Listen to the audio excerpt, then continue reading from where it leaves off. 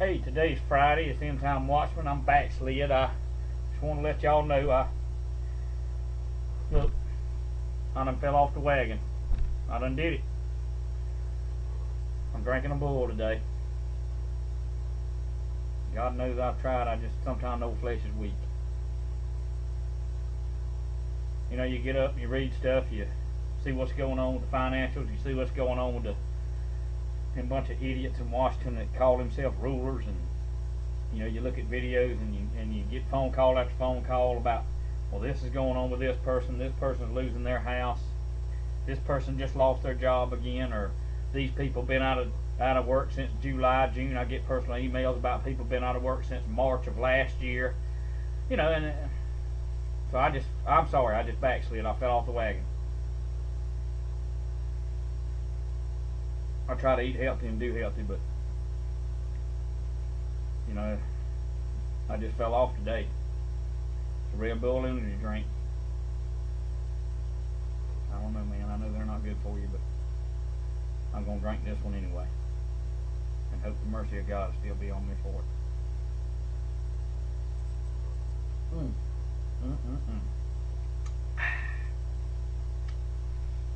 Well. Today will be a rant. Not actually a rant. It actually be, I don't know if it should be called a rant or not, but today will be a day when I just lay stuff on the line. And you got to remember, I'm in the Don't Give a Rip club. You understand what I'm saying? I don't give a rip about being politically correct. And I don't worry about the consequences of what I say, because what I'm going to tell you is true.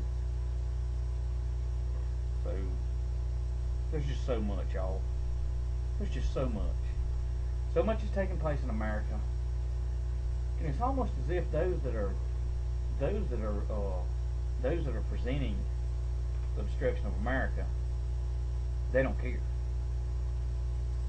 They do not care what you and I believe. They don't care. They don't care that they've stole your money. They stole your money. I mean, look up. Why don't you look it up? I've already got it pulled up here. We'll hit some stuff. Like I said, it's a Friday rant. Oh, I'm just gonna lay it on the line today.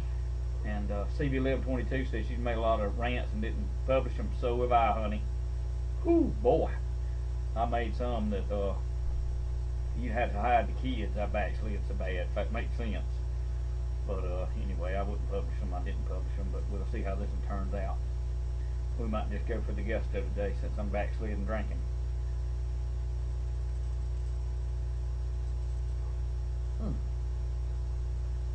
Oh, I know I shouldn't drink this, but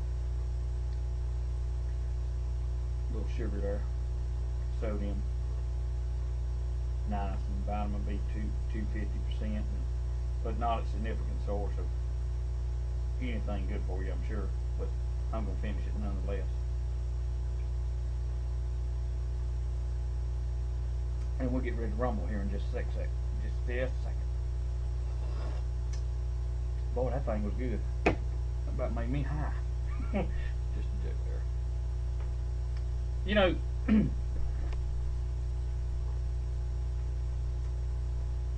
I've heard a lot of people talk about that. Dang, that's a big old deer. There's two of them. I'm really trying to refrain myself this morning. I really am. Boy, they're pretty. I wish I could see them. See, I try to look at stuff like that, and I try to keep a good attitude, and knowing that even the deer, it's winter here and we got snow, and yet the deer right here around the house, and you know, they're not eating what they normally eat in the spring here, or the summer. They're having to eat evergreen needles off the trees and stuff, but they're surviving. They're not near as they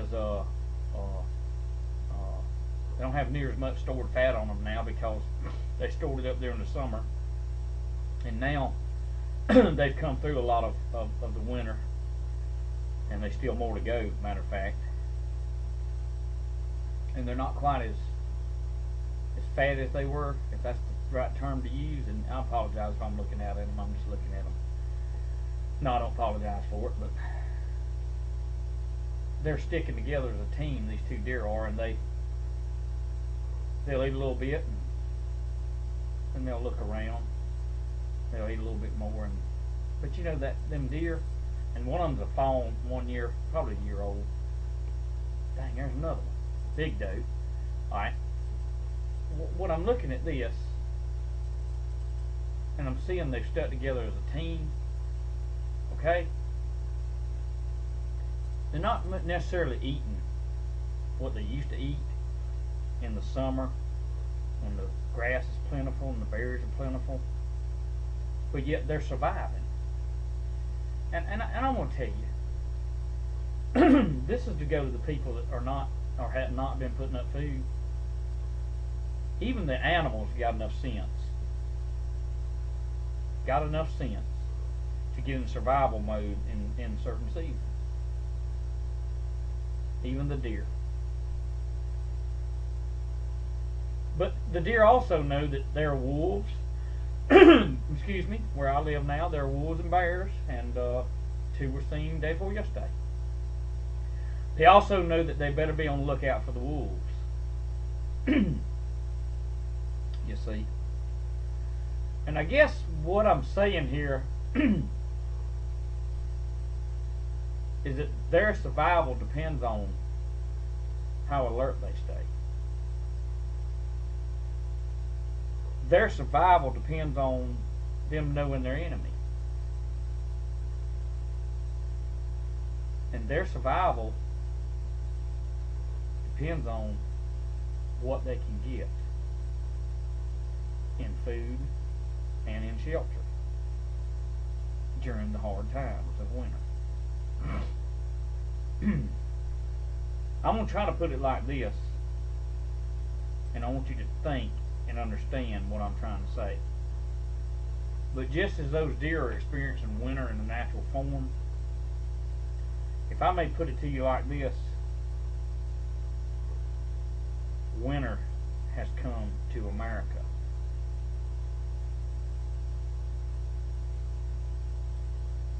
It is here. But the problem is, this winter, this hard time, is not going to leave. I don't care what no economist says. I do not care. I don't care what he says, because it's not going to leave. But in all the trouble and trial and tribulation that so many of you are already in the middle of, or just experiencing and realizing that things are tough. As I said, I hadn't worked since September. I understand the problems.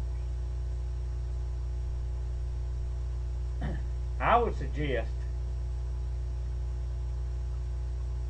that you hear me and take this advice I'm giving you right now.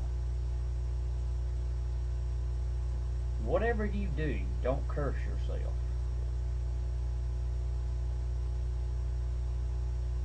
Don't say, and this ain't no rebuke to nobody, this is an encouragement to everybody. Don't never say you can't make it. Don't you ever say that you can't make it.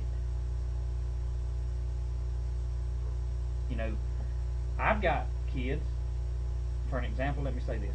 I've got kids that they don't fly around with angel wings. We train them the best we can according to the Word of God. We're not perfect.